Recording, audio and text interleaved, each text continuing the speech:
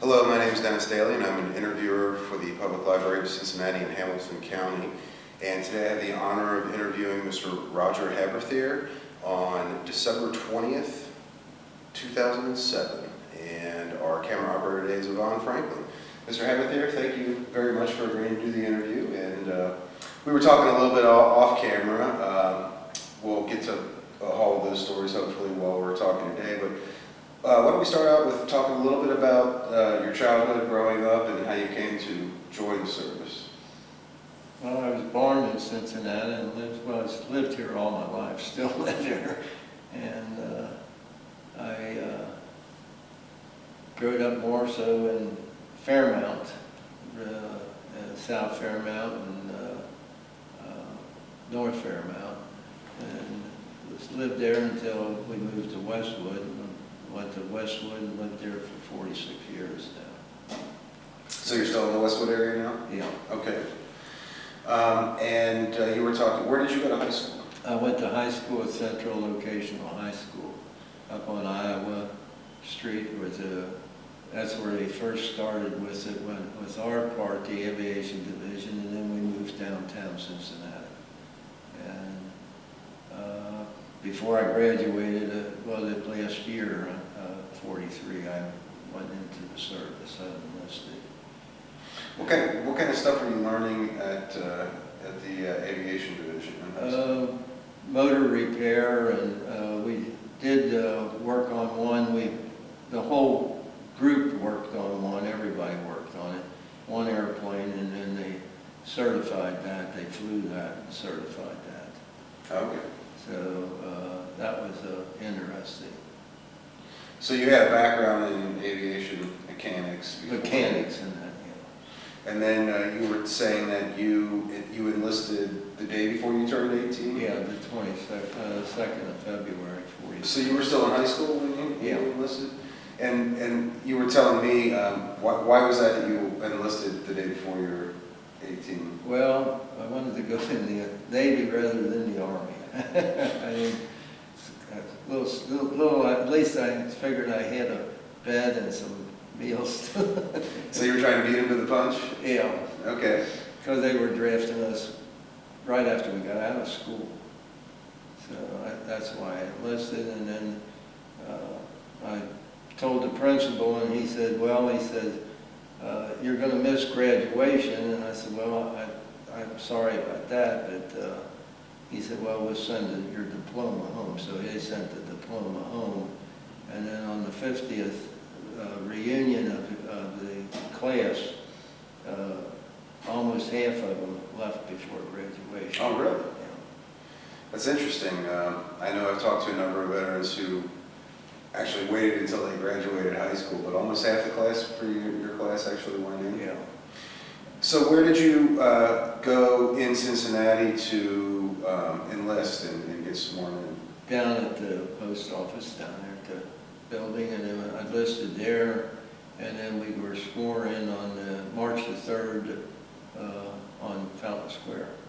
That's interesting. So did the post office always have recruiters set up? Well, at that time they did, yeah. Okay.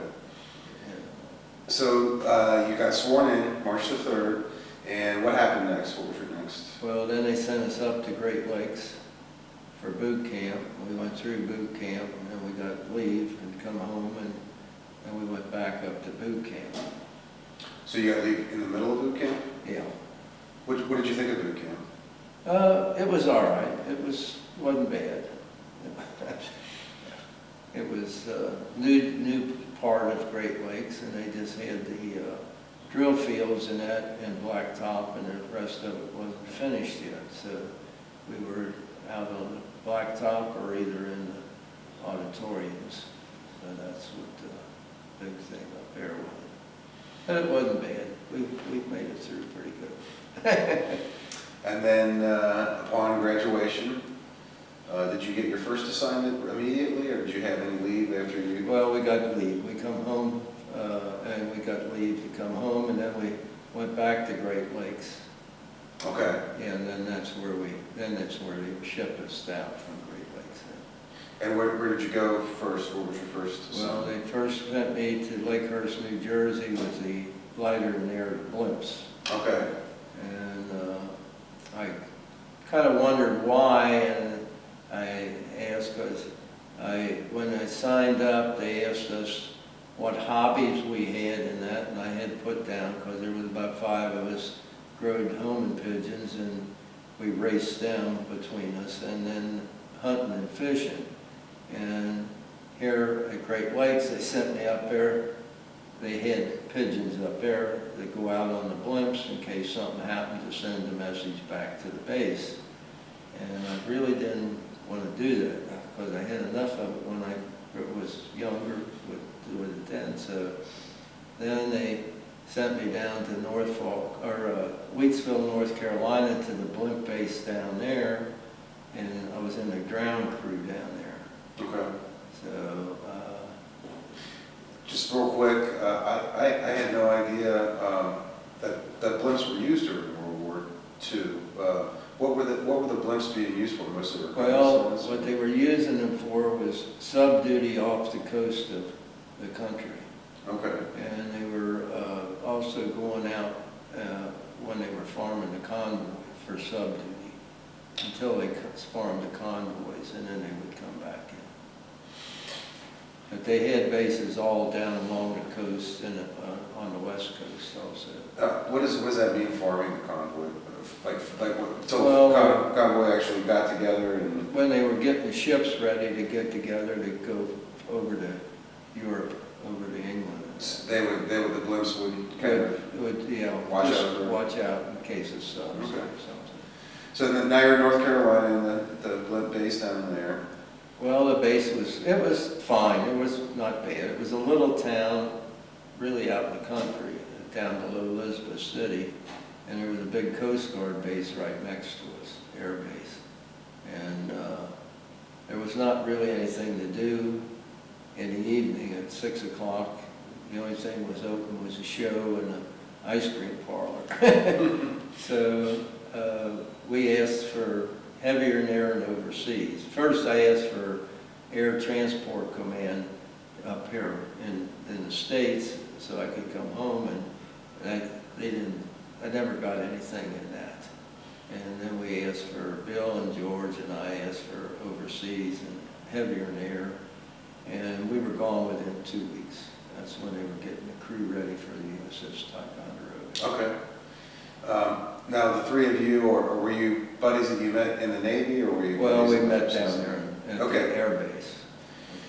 So then they're forming the crew, and you got your notice that you were going to be.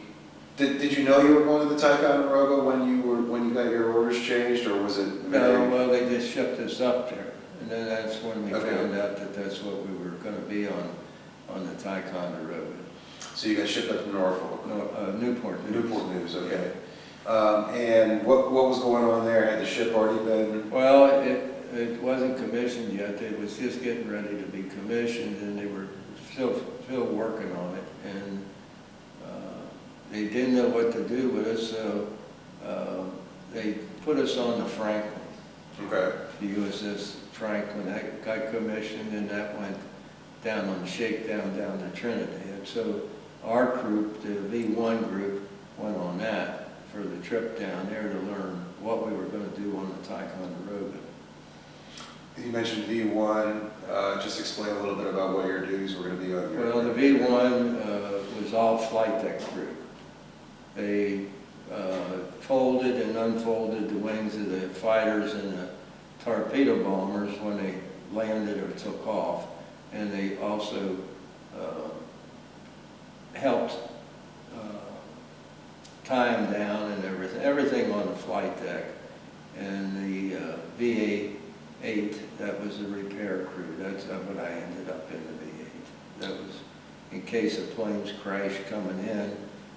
They throw the barrier up, the hook didn't catch or something, and they throw the barrier up and they crashed it. Instead of letting it go on through and hit the other planes, they throw the barrier up. They did that, and that was just big heavy cables going across the deck. Okay. And that stopped the plane, and then we had to go out there and move it out of there. So you're on the Franklin, and what are you mostly doing on the shakedown? Just folding up the wings, unfolding the wings? Folding up the wings and messing around there, doing different, everybody's job up there on the flight deck we were. And I know the purpose of the shakedown cruise is to sort of make sure everything's okay, get the bugs out before you go overseas. Yeah. On an aircraft carrier, I'm just curious, did the flight crew, did they take off and fly around off of the deck while you're on the shakedown cruise, the pilots? A little bit, not too much. I mean, we were more or less, they would run them up and down the flight deck and and had everybody working on them at that time. Okay. They really started flying them off after we left San Diego. Okay. So then you came back with the Franklin, disembarked in Yeah. Newport News, and then what happened next? Well, they put us on a train and sent us up to Boston for one night because they didn't have no place. The place they had working on was not completed yet. So they sent us up there one night. We slept up there, and then they put us back on the train, brought us back, and they had a building ready for us then, and we went in the building, and we had a muster at 8 o'clock in the morning each morning, and then we could do whatever we want. And so we went into town, which at that time Newport wasn't too big anyway. And then when they commissioned it, we went on the ship. I commissioned it. Okay. When they commissioned it, did you go on a shakedown cruise for the Ticonderoga? Yeah, we went on another shakedown. Okay. Made sure everything was going good then. Came back to Newport, Yeah. and then, Then after that, we went down, we took off for the Pacific. We went down to Panama, down at the Balboa, and went through the canal. We got a day of liberty in Balboa. okay. And then we went through the canal and come out and went up to San Diego. And we spent about 3 weeks, I guess, in San Diego.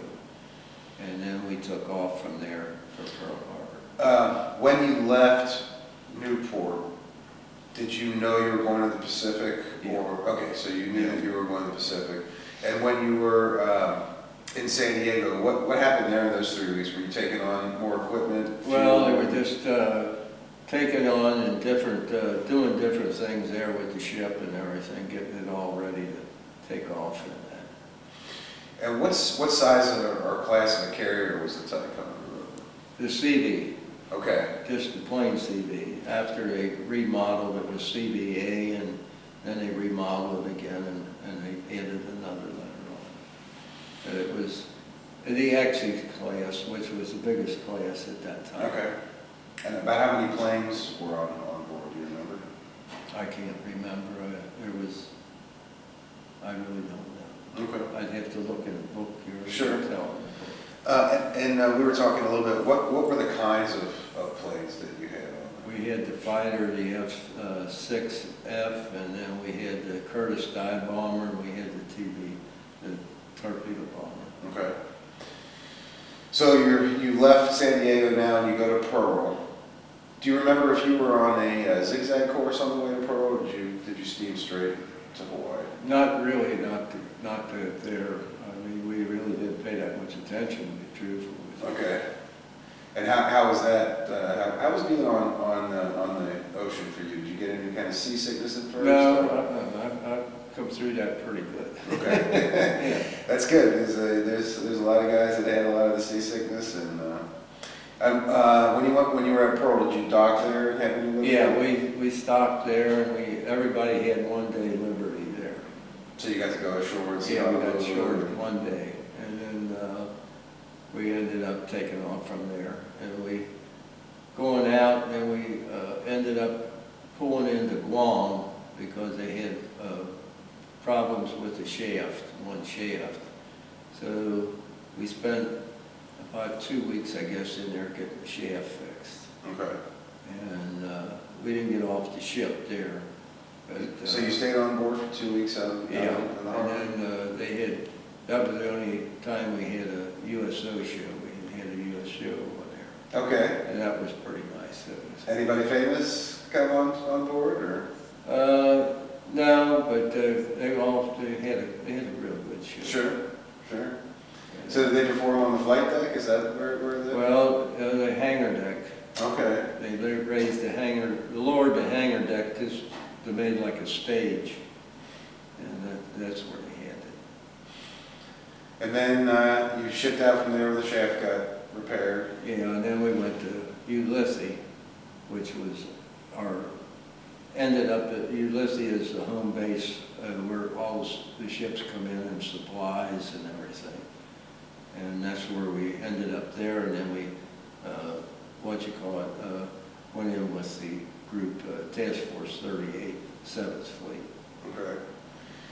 And so basically when you were in the Pacific, you would, you'd go back to Ulysses every time you needed any kind of supply? Well, anytime they need supplies or anything, Ulysses, we'd go back there. Was the whole task force based at Ulysses, or would you all kind of meet up when you got out onto the open sea? Well, there was different divisions of it. Okay. We were in the 38th, and then for a little bit we were in the 58th, and then we went back to the 38th. So and then we were the 7th Fleet, and then they had the 5th Fleet out there too. Okay. So what happened when you got into your first action? What happened after you left Ulysses? After we left there, we hit the Philippines. Okay. And we were all up and down from the Philippines up to northern Japan and back and forth all just running. Sometimes we make high-speed runs overnight. The ship would just shake. And the only thing that I can figure there was it was trying to make it look like there was more of us out there than what there was. So what was, how did, I haven't really talked to anybody in an aircraft carrier, how did it go into battle? What were you, would you just sort of, they call general quarters and then? Well, we went up to general quarters, and then we would, everybody be at their station, and then they'd send the planes off. Okay. And then while the planes were gone, you either went to chow or whatever, and then waited for them to come back and then landed them in. And the sorties or the attacks that the planes made, did you ever know where they were going when you were on board ship, or was just basically your job to get them off and get them back on? It was basically ours, because we were never told. Okay. Did the pilots ever talk about when they got back, where they went? Well, you didn't get to talk too much to them. They all stayed pretty well to their own self. Okay. Yeah. That was one of the sort of different cliques there? Well, no, it was just the way the ship was the bunch was grouped up and everything. When you were in your first action outside of the Philippines, that was the Battle of Lady Gulf that you were involved in? We were out in the Lady Gulf. Did you have any crash landings or crashes? We had a couple come back that was shot up pretty good, and later on we had more of them come back, but at that time we just had a couple. And that was your job, right? At that point, were you VA at that point? Well, no, that didn't bother us. What we had is if a plane come in and it missed the hook and they'd throw up the barriers. There was rows of barriers, they threw up cables and they would crash into them. Okay. To keep them from going on into the other planes. And then we'd go out and clear that all off and everything. So you had to actually watch every time the planes came back, and if they missed the hook, you'd throw the barrier. How much time did you have to do that? Or? Well, they had barrier men that Okay. threw that up. That just actually, that was their job, to throw the barriers up. So after the Philippines, after the Battle of Leyte, did you then go back to Ulysses, or did you stay? Well, we would go back periodically. Okay. When we needed fuel or anything else, we would go back to at least our task force part, 38.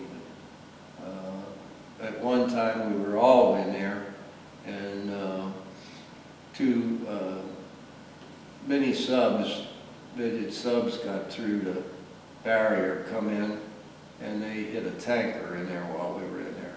Oh, and really? blew a tanker up. And there's pictures in the book about that too. Now, were they suicide subs? Yeah. Okay.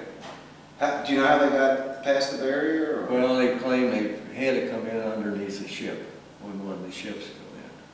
So they were like shadowing one Yeah. of the ships they got in, and wow, so they had an oil tanker when they were in there? Yeah. Did any other ships get damaged from that explosion? No, they Okay. got I'm also curious, did your aircraft carrier ever launch attacks on the islands of Japan, or? We did a few times, and we went up, one time we went up in northern Japan, and it was cold as heck. Oh, really? Yeah, it was cold weather up there, and they hit up there, and then they come back down. But that Okay. was only one time, that was up in northern part of it.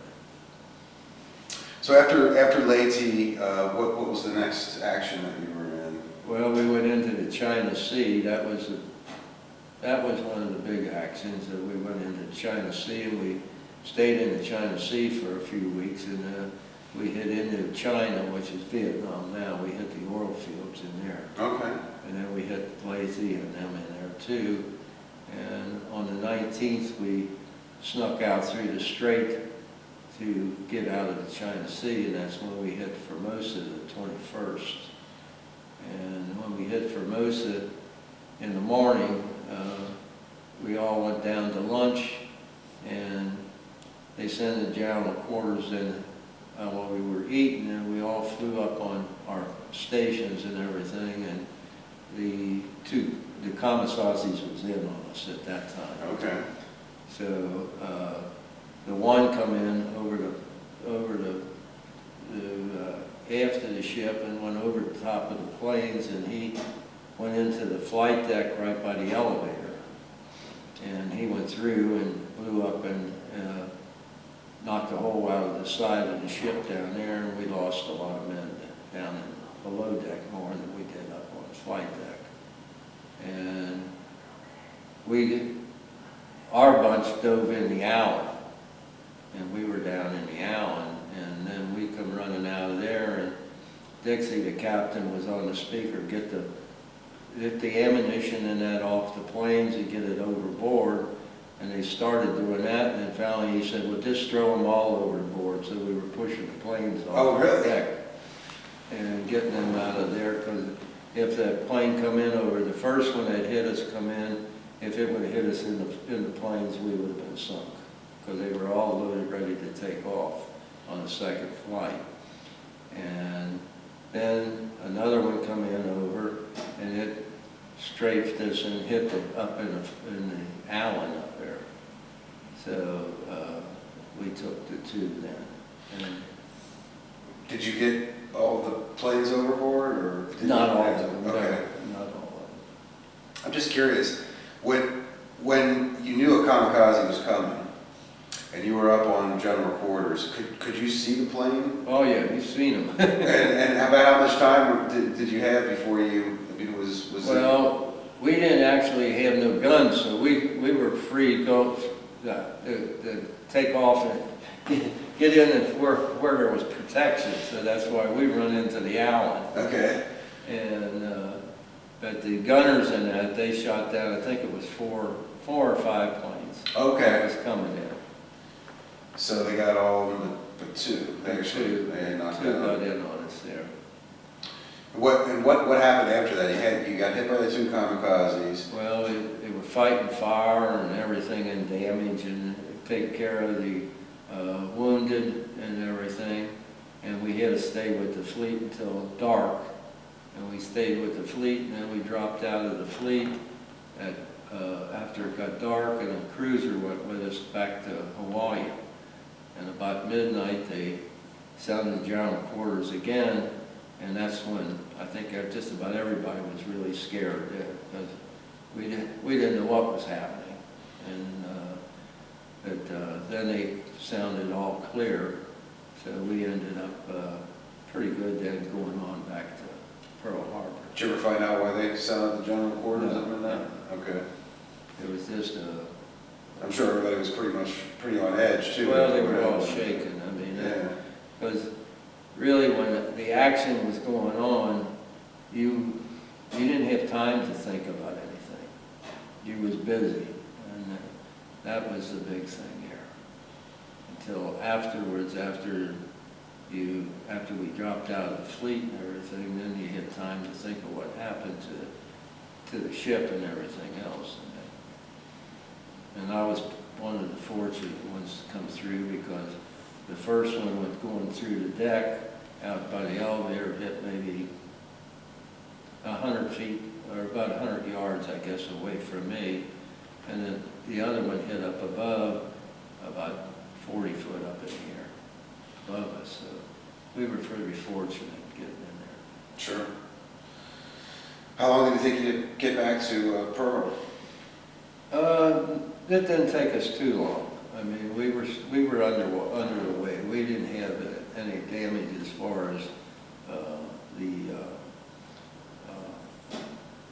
mechanics of the ship.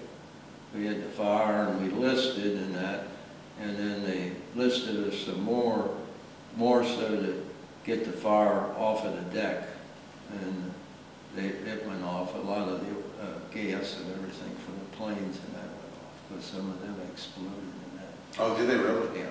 On the deck? On the hangar deck. Oh, wow. Because all on the flight deck were in the back, but the hangar deck had the rest of them down there. And you got back, and now what time are we talking here? Was this in 45 at this point? Was this 1945 at this point? That was 45. January the 21st, 45 Okay. is when we got hit, yeah. And you went back to Pearl and you got repaired. Well, we went back to Pearl, and then from there we went back to Birmingham. We got repaired up at Birmingham.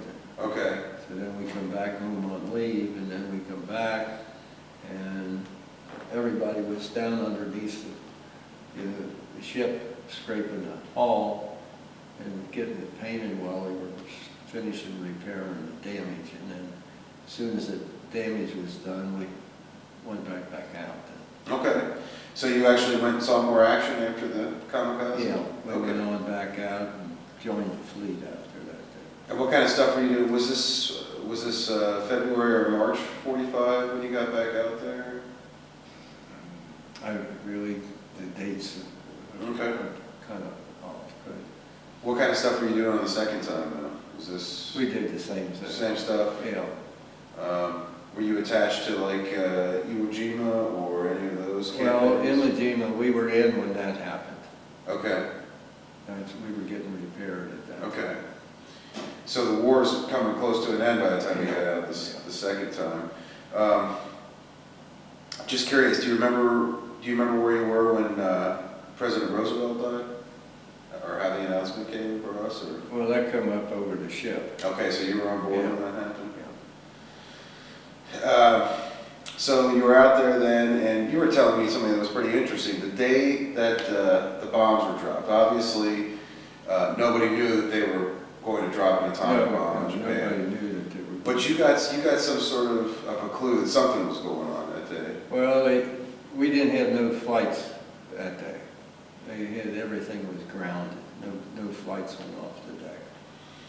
Were people suspicious? Were people thinking that something big was going No, to they happen? really didn't know.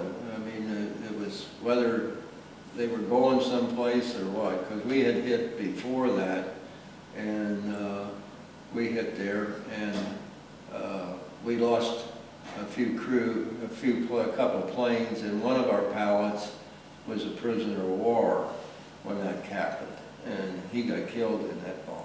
Oh, he got killed by the atomic? Yeah. Oh, wow. They claimed that he was the last pilot killed in the war for the, on account of that bomb. And was there an announcement that was made after the bomb was dropped over the ship? Yeah. Or? And then they announced everything. How was it explained to you? Because, I've always grown up knowing about what a nuclear bomb is, but of course nobody knew what that was. Nobody knew what it was. How did they explain what it was? Or? Well, they really didn't explain. Just said it was a big bomb that went off? Yeah, just atomic and that, and like everybody said too, and they still, to everybody has to say now that that was the best thing that ever happened, for us anyway, because it saved an awful lot of our men Sure. from being killed. So where were you when were you on board ship when the announcement that Japan was going to surrender came across? Yeah. What was that like? What was the feeling like in the ship? Well, it was great. And then they were getting the crew ready to take off for patrol duty in Japan. And each ship was supposed to put up so many people for patrol.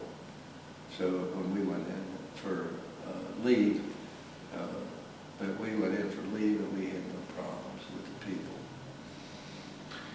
When did you, I know you said you were part of the armada that was in, for the surrender. Yeah.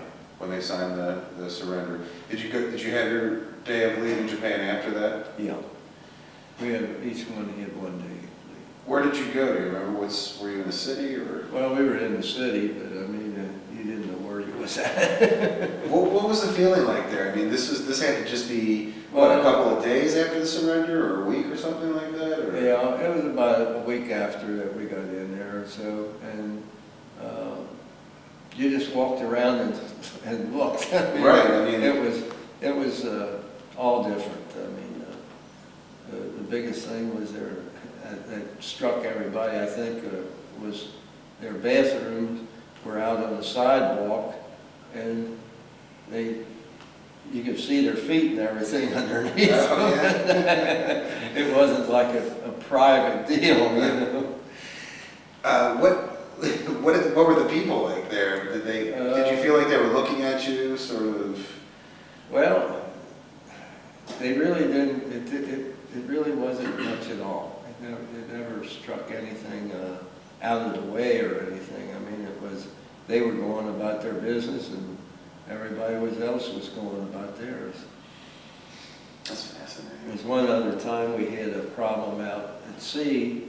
Was we were going and they had a typhoon. Well, we went through 2 typhoons out there, and the one Halsey took us through, and he should have took us around it, but he took us through it, and our front flight deck, the front part of it, got bent down.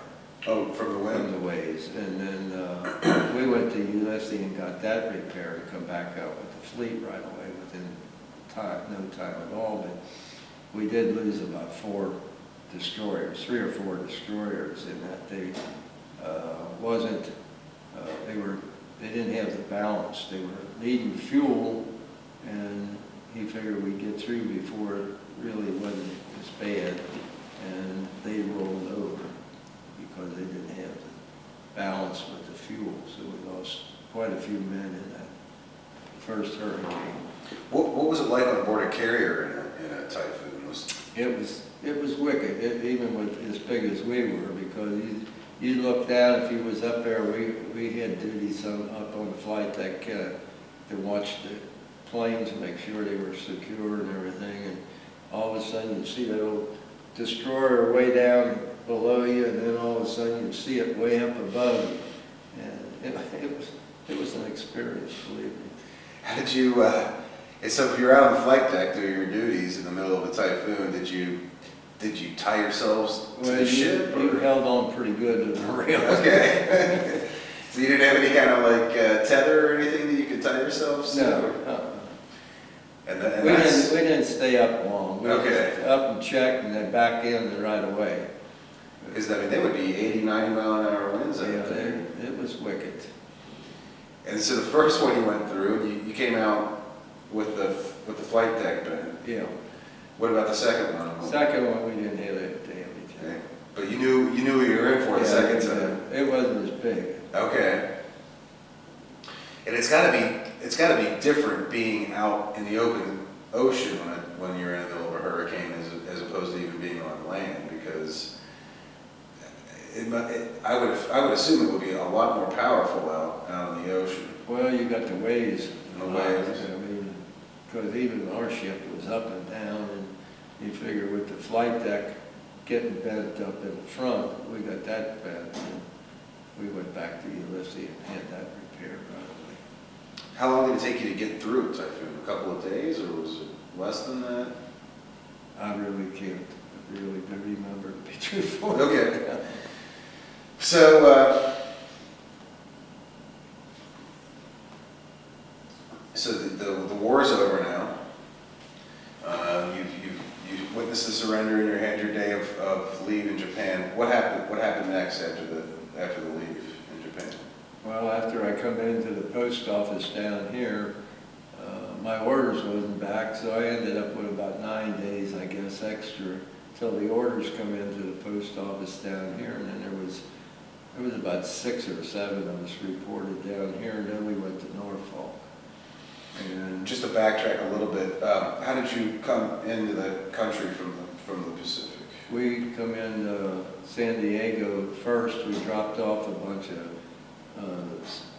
soldiers that we brought back from over there, and then we had our victory party at the Steamfitters Ballroom, and then we left there and went up to Birmingham, which was our home base, and we pulled in Birmingham, and then we all got leave, and that's when they asked us where we wanted to report in, because we wasn't going back, we were getting out. And I seen where it was the post office down, our recruiting office there, so I said, I'll take that. And so that's when I came here. Okay. What was the victory party like? Was it just for your ship? Or Just for the ship, yeah. And just everybody celebrating, Yeah. having a great Well, time? They had a good time. The fireboats, so when we pulled in San Francisco Bay, coming in there, all the fireboats were out there, and they had the hoses and squirting water all up in the air, and they had bands on the boats, and they were playing the bands and everything. It was pretty neat coming in. Yeah. A lot of civilians out greeting you and Yeah. cheering, and that must have been a great feeling. Yeah, it felt good to get back. So you came back to Cincinnati, and you had a 9-day leave that you didn't think you were going to get. Well, I had my regular leave, and then I had 9 days Extra 9 days. because until the orders come in. And then you went to Norfolk. No, I went to All right. Norfolk. And is that where you were mustered out? No, I got down to Norfolk, and I still had time to go, and they asked where I wanted to go, so I said Heavier and Naval Air Transport Command again, and they sent me to Naval Air Transport Command at Olathe, Kansas. Okay, so you had to go back across the country again? And I got out to Olathe, and that guy said, well, he said, I don't know what we're going to do with you. He said, you only got about 10 days or so. And I said, well, I don't know neither. He said, well, go down to the paint shop. And he said, they'll have something for you to do down there. So I went down there, and that's where I learned how to play pinochle.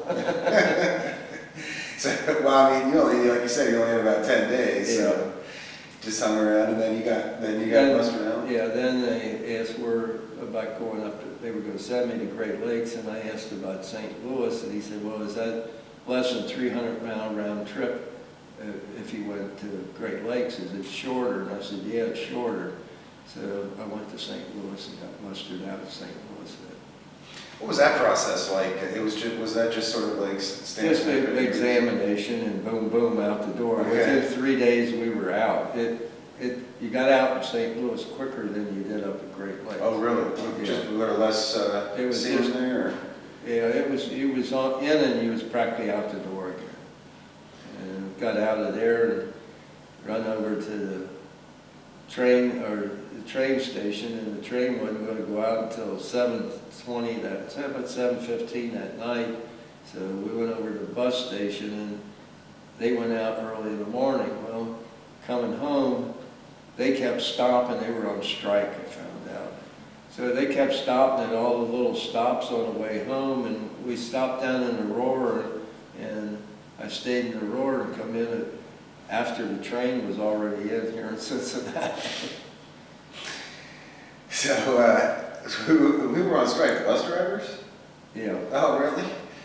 So you got home, and what was your next move after that? Were you went to work right away, or did you take some time and just? Well, it took about a month, I guess, around a month, and then a friend of mine, Jim, and I, we started looking. Well, everybody was coming home at that time, so jobs were hard to get. So we ended up, his mother worked for Clopay, and we ended up, she got us a job at Clopay. So we both went to work at Clopay, and I ended up being an order filler there. And then Jim went with the railroad, and I left there after 5 years. I went with the Ohio Knife Company. Okay. And then I worked with the Ohio Knife Company for 37.5 years. What kind of work did you do there? Machinist work, just lathes, mills, and that. And you had a family after the war? Yeah, I got married in 47, and we've 2 boys and 2 girls. Stayed in Westwood, Yeah. you said. Did you live near your parents, where the house you'd grown up in, or? Well, the whole family is pretty well there. The only time we left Fairmount in Westwood was we went out to East End when I was little. We went out there, and I think in 31, out near Lunken Airport on Hallbrook.